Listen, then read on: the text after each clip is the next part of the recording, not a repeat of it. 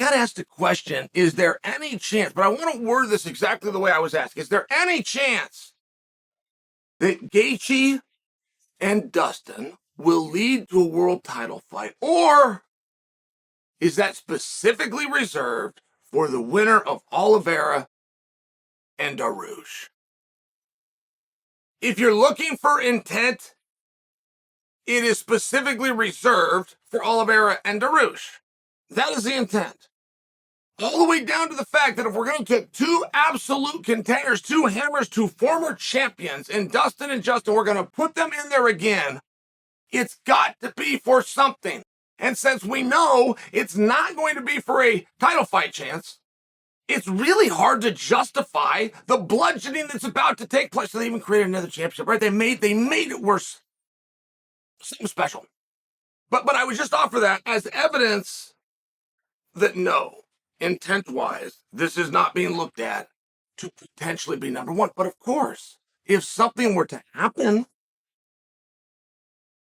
right? If something were to happen to Dariush, okay, big spoiler alert. Okay, big spoiler alert. Oliveira and Dariush don't want to fight. Okay, spoiler alert. Only one of them. They don't even want this fight to happen. I'm not convinced it's going to happen. Let's say it does happen. Benny wins the fight. Okay, spoiler alert.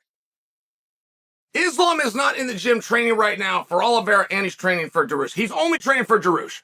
I'm not looking to be a dick. I'm telling you, okay? It's like Duplessis and Whitaker. Like, we can play this, but Whitaker's going to win. I mean, we can do this if you want.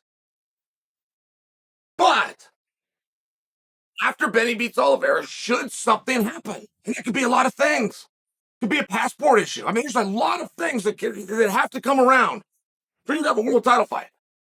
It's not just a blessing of the decision, man. That's what people think. Oh, as long as this guy, no, yeah, that's a step.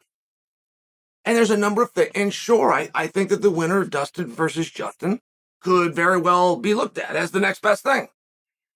I do not believe that that's the direction the organization wants to go in. And I think that's a lot of what the BMF represents.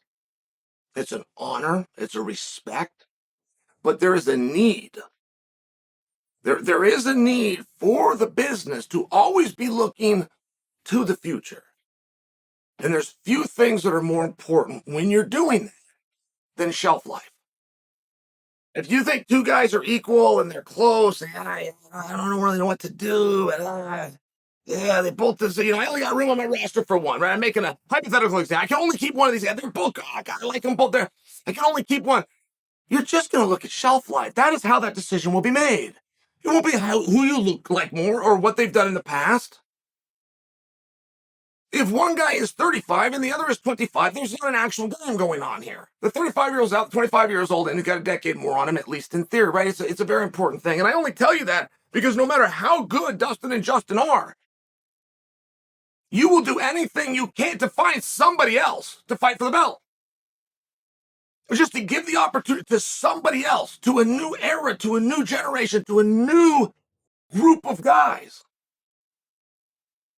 And I'm bringing that to you because, sure, they could go fight for the belt. And the winner, yeah, being really high demand. We all like to see it. Like, there's not a question on that. I'm speaking to the intent because that's how I'm interpreting the question. Not one of those, can we wake up on Mars tomorrow? And realistic, is this the plan at all? No. Islam is not worried that he's going to be matched up with it, by example. And I think it's a really big deal, whoever wins this fight. I think it's a big deal because of the honor, and not only will they become a champion, not only will they do that, coming out of it, the fall is not equitable. I wasn't a big supporter of this fight. I'm not a prude about these things. But I remember where I was. I was with Schmo and Helen. Ryan's holding the camera. We're in Vegas, backstage at a bare-knuckle boxing press conference. The first time I got asked about this fight because Justin Gaethje had just gone to the press and said he wanted it. And I said, no, I don't. That's going to be a bludgeoning. That was a bludgeoning the first time. But my problem wasn't I don't want to see an action-packed fight. Sure I do. It's not equitable. what would happen to the winner in this case, always contendership, always rankings, always in the conversation, and now champion. That is what's going to happen to the winner. The fall for the loser, it's not going to be equitable. It's not going to be, well, and he goes right over here. And he's in prime position to still be co-main event status and, might even slide into a main event with the right stuff.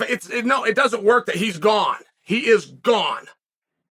The winner will still be the winner's not getting a title fight. The winner will be in discussion still to get a title fight, right? That's a thing. There's a category, a big, beautiful table called discussions for title fight. And the winner of this is never getting a title fight, but they still go to this they'll be discussed. They can't be dismissed. They're one of the guys. It's a big deal. The loser is done forever. Will never come back into contention. Will never be. They can win their next 5 fights. They will not even be discussed. And I just don't think that's equitable. I think it's a really big risk, and I'm not sure why they're taking it. I'm a risk taker, right? I'm a little surprised to hear myself say anything, but I'm more telling you that that's where my mind was when I first heard about it. I didn't have all the information. I didn't know it was going main event. I didn't know it was going PPV. I didn't know it was going into a championship for the BMF. I wasn't armed with that. So I'm going, okay, I know how hard the first fight was. Let me just assume the second fight's going to be just as hard. I also know how close the first fight was, so let me assume this is going to be just as close, which means either guy can win. If Dustin wins, does Justin want to go on? Right, Justin wants this rematch. He's the one that called for it. He's the one that lost the first one. Something about the first one didn't sit well with him, and he sat on that for 5 years before he even let the cat out of the bag. So whatever it is that's eating away at him, that could be times by 2. Is that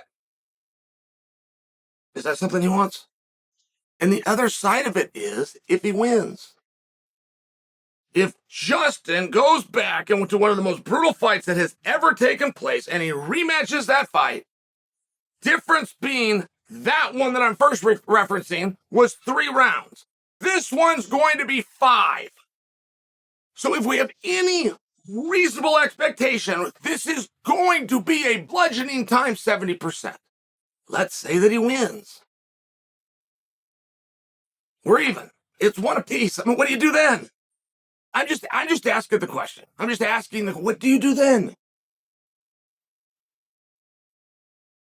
Seems like something really cool is in store for the winner, right? Big risk comes big reward. For sure, something's cool. I'd have taken it. I get why the fighters would take it. But I'm sharing with you the other perspective. These are 2 of our favorites. These are 2 guys that we love. These are 2 guys that we respect. And it's going to be a very different outlook post-fight for the loser.